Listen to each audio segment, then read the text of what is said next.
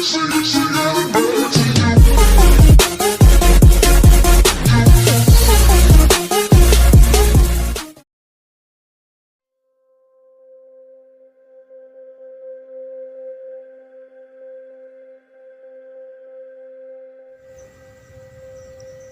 itu, tersiar kabar bahwa tentara Jepang menyebarkan racun ke dalam reservoir Shiranda.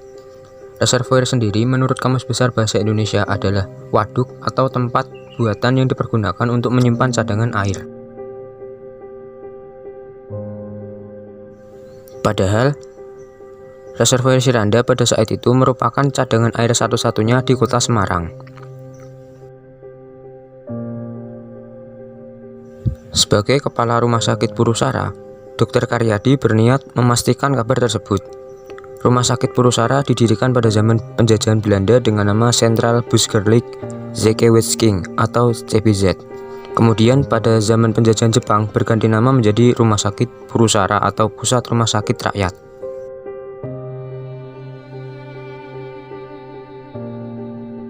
Setelah maghrib, ada telepon dari pimpinan Rumah Sakit Purusara yang memberitahukan agar Dr. Karyadi sebagai kepala laboratorium Purusara segera memeriksa reservoir Shiranda untuk memastikan kabar tersebut.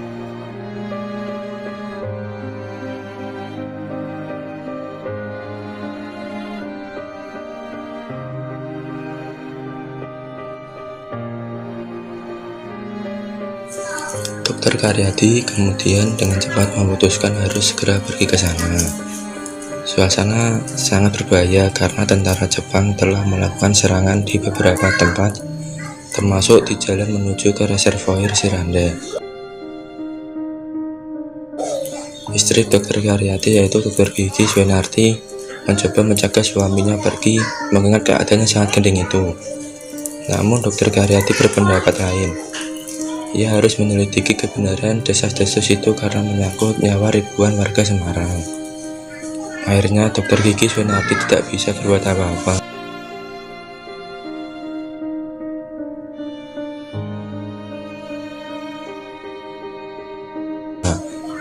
Ternyata dalam perjalanan menuju reservoir Shiranda, itu mobil yang ditumpangi Dr. Karyadi dijaga tentara Jepang di Jalan Pendenaran.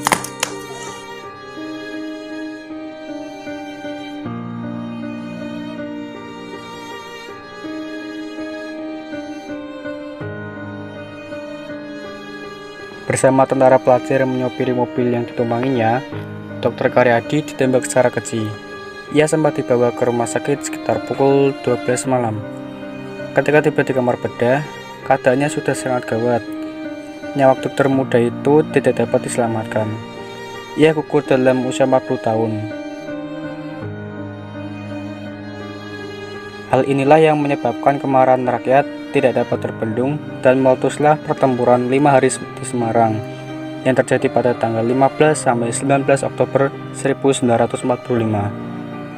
Untuk menghormati jasa Dr. Karyadi, nama beliau dijadikan nama RSUP Dr. Karyadi yang dulunya bernama Rumah Sakit Purusara.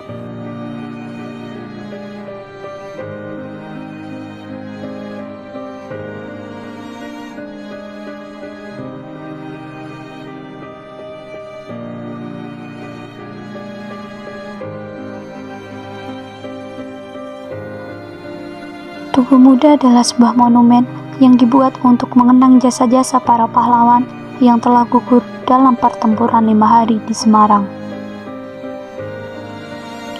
Tugu Muda ini menggambarkan tentang semangat berjuang dan jiwa patriotisme warga Semarang. Khususnya para pemuda yang gigih dan rela berkorban untuk mempertahankan kemerdekaan Indonesia.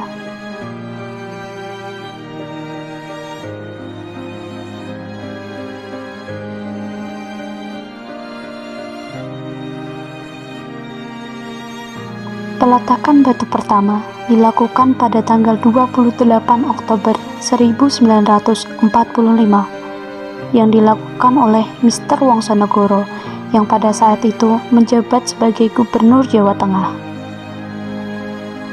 Lokasi yang direncanakan awalnya di dekat alun-alun. Namun, karena pada bulan November 1945 meletus perang melawan Sekutu dan Jepang. Akhirnya, proyek ini menjadi terbengkalai.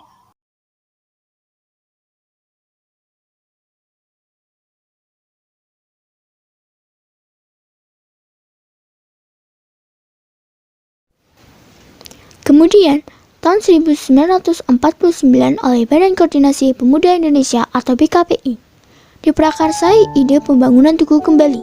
Tetapi karena kesulitan dana, ide ini juga belum terlaksana. Tahun 1951, Wali Kota Semarang, Hadi Subenno Sostrowidio, membentuk panitia Tugu Muda dengan rencana pembangunan tidak lagi pada lokasi alun-alun, tetapi pada lokasi tempat terjadinya peristiwa pertempuran 5 hari di Semarang, yakni di pertemuan Jalan Pemuda, Jalan Imam Bonjol, Jalan Dr. Sutomo, dan Jalan Pandanaran dengan Lawang Sewu seperti lokasi saat ini. Akhirnya, pada tanggal 10 November 1951, Gubernur Jawa Tengah Budiono meletakkan batu pertama di lokasi yang baru ini. Tugu Muda diresmikan pada tanggal 20 Mei 1953 bertepatan dengan Hari Kebangkitan Nasional oleh Insinyur Soekarno, Presiden Republik Indonesia. Desain tugu dikerjakan oleh Salim, sedangkan relief pada tugu dikerjakan oleh seniman Hendro. Batu yang digunakan antara lain didatangkan dari Kaliurang dan Pakar. Bangunan yang berada di sekitar Tugu Muda adalah Lawang Sewu, Gedung Pandanaran, Rumah Dinas Gubernur Jawa Tengah, Museum Mandala Bakti, dan Gereja Katedral Semarang.